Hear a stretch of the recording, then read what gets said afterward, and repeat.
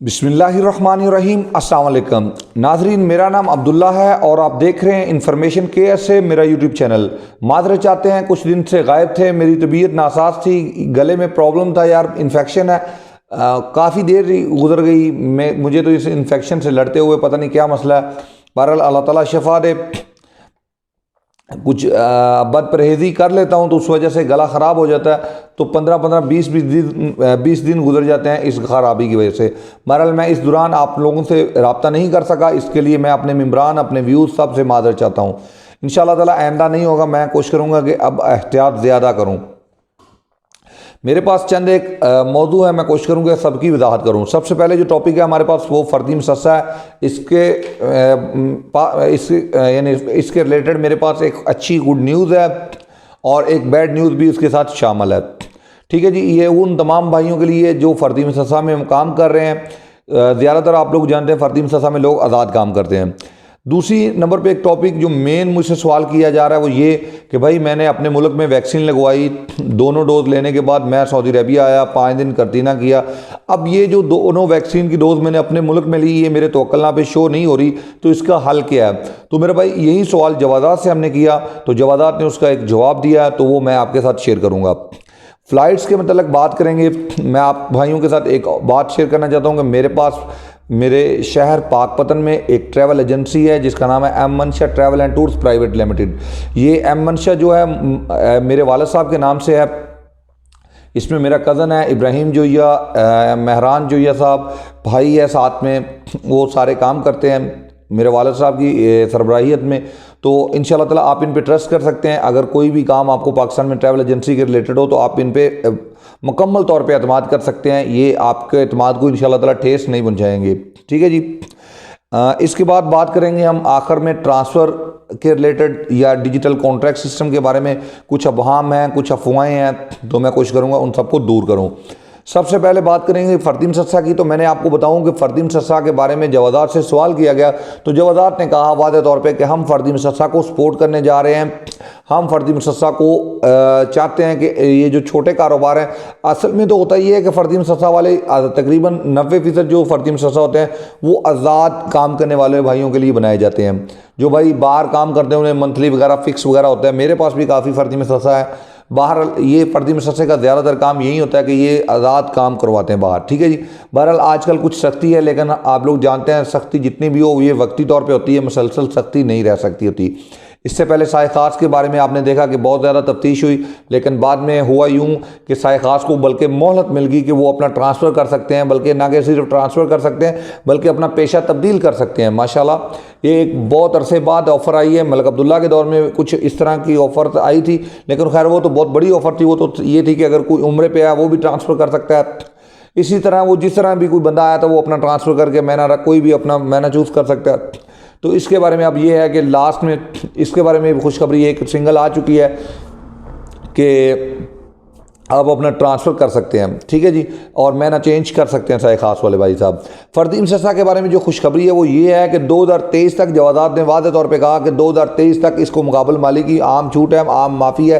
कोई भी फ़र्दी मसस्सा 2023 तक मुकाबल माली ये जो 9600 मकतब अमल का फ़ीस है इससे इस्तिस्ना है, इससे माफ़ है ये फ़ीस। ठीक है जी। ये 100 रियाल मकतब अमल फ़ीस पे करके इकामा लगा लिया करेगा। तो इससे एक आपको गुड न्यूज़ मिलती है कि जिन भाइयों ने जिनके पास वीज़े हैं फ़र्दी मसस्सा वाले, तो उनको इत्मीनान होना चाहिए कि 2023 तक उन्हें मुकाबल माली का सामना नहीं करना पड़ेगा। एक बात तो ये होगी। दूसरी बात जो इसमें बैड न्यूज़ है वो भी इसी खबर में है कि 2023 के बाद फ़र्दी मसस्सा में मुकाबल माली होगा या नहीं होगा, इसके बारे में हम यकीन से नहीं कह सकते कि 2024 में क्या होगा। ठीक है जी। तो ये एक बैड न्यूज़ भी इस खुशखबरी के साथ जुड़ी हुई है कि 2023 तक मुस्तकबिल में हमारे पास एक ख़बर मौजूद है, मुस्तनद ख़बर मौजूद है कि 2023 तक तो इसमें मुकाबल माली नहीं होगा बिल्कुल भी, लेकिन 2024 में होगा नहीं होगा इसके बारे में कुछ यकीन से नहीं कहा जा सकता। यहाँ पे मैं एक और ख़बर आपके साथ शेयर कर दूँ हरूफ वाले भाइयों के साथ।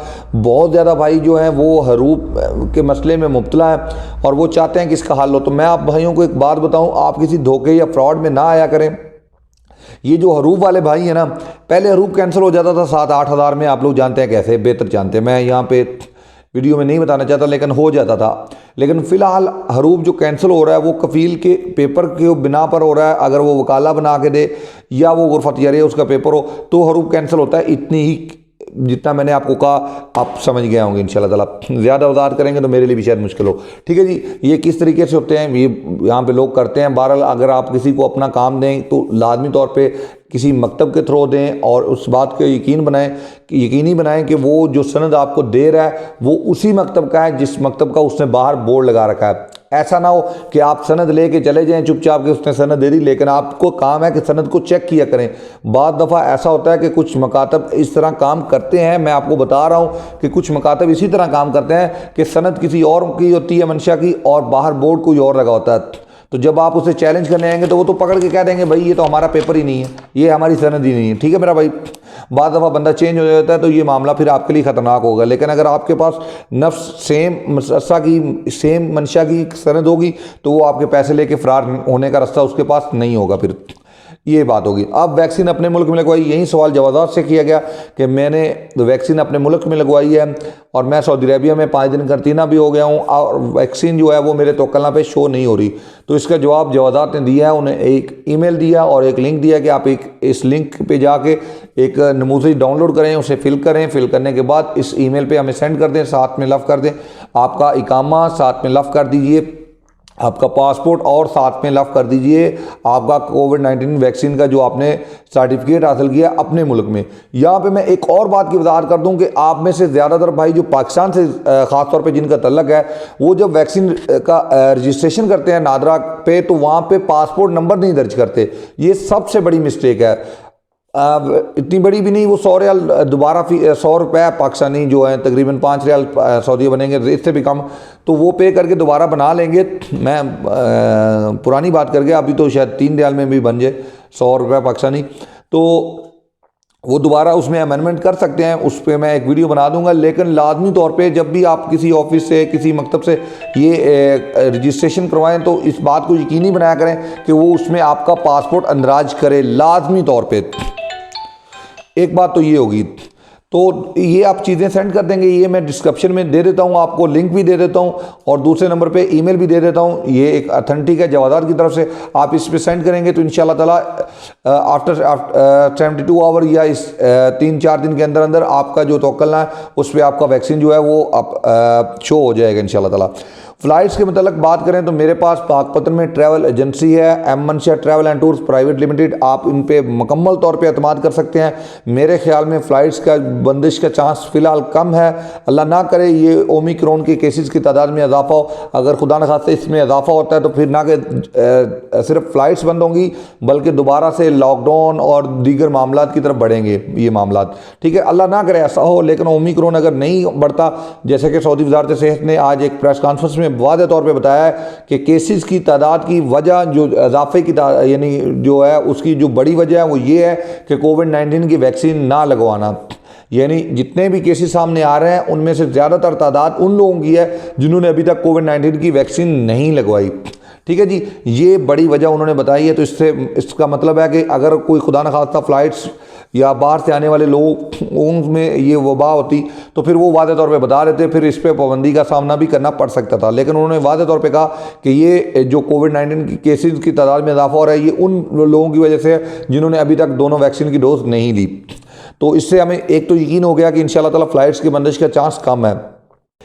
लास्ट में बात करेंगे ट्रांसफ़र के रिलेटेड, उसमें 2 बहाम है। पहले बात जो डिजिटल कॉन्ट्रैक्ट के बारे में कुछ लोग अफवाहें फैला रहे हैं कि जिनका डिजिटल कॉन्ट्रैक्ट नहीं है ऐसे तमाम भाई किसी भी अदालत में अपना केस चैलेंज नहीं कर सकेंगे। कोई भी, चाहे वो हरूफ का इशू है या कोई दीगर इशू है, उनका अपने कफील के साथ, चाहे वो सैलरी का इशू है, उनका केस नहीं सुना जाएगा।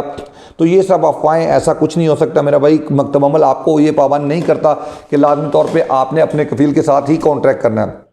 ये आपका मर्जी है कि आप अपने कफील के साथ कॉन्ट्रैक्ट करना चाहते हैं या किसी बार दूसरे कफील के साथ कॉन्ट्रैक्ट करना चाहते हैं। बहरहाल मैंने आपको पहले ही कहा था कि या 1 जनवरी 2022 या 22 फरवरी 2022 22 फरवरी 2022 मैंने क्यों कहा, जब इससे पहले इन्होंने मंशा को टाइम दिया था तो ये टाइम दिया था 22 फरवरी 2022 तक।